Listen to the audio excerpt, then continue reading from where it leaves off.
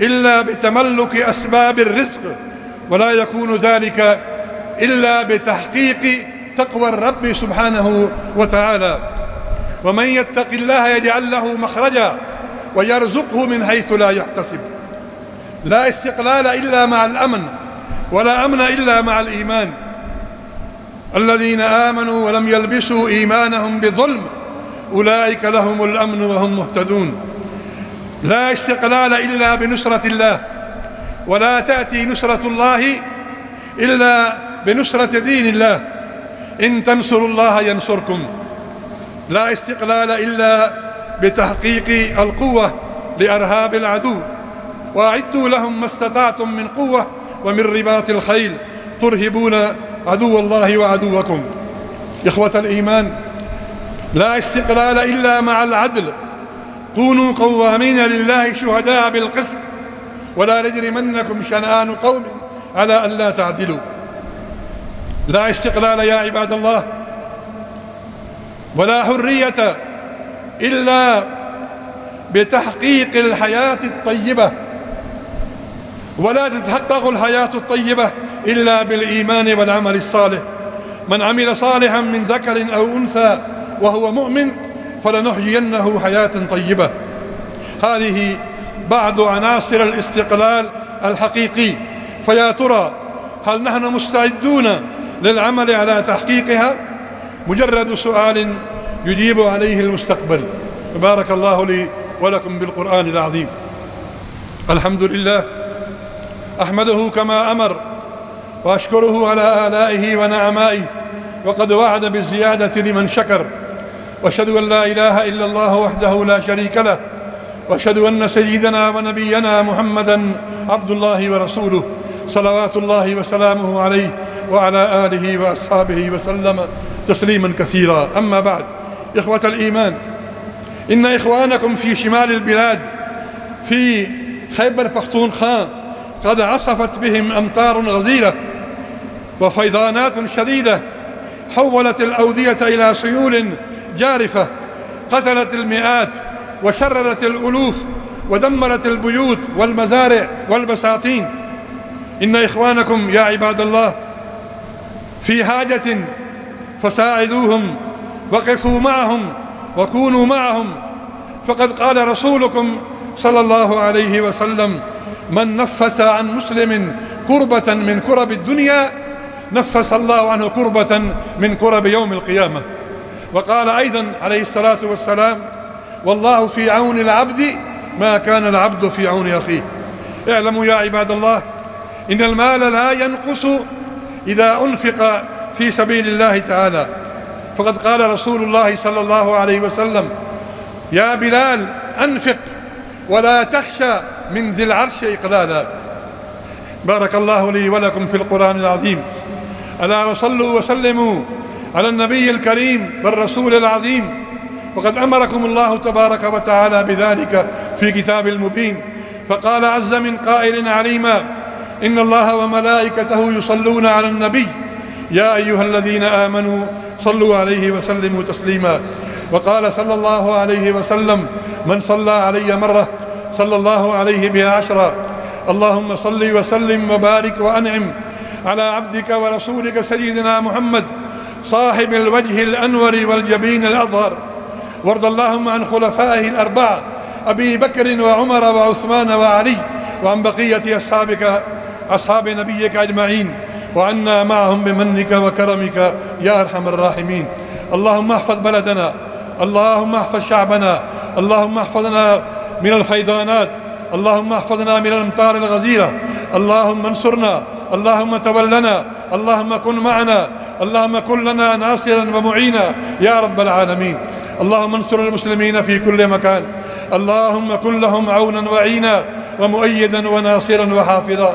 عباد الله، اذكروا الله يذكركم، وقوموا إلى صلاتكم فإنها تنهى عن الفحشاء والمنكر، ولذكر الله أكبر، والله يعلم ما تصنعون. وأقم الصلاة.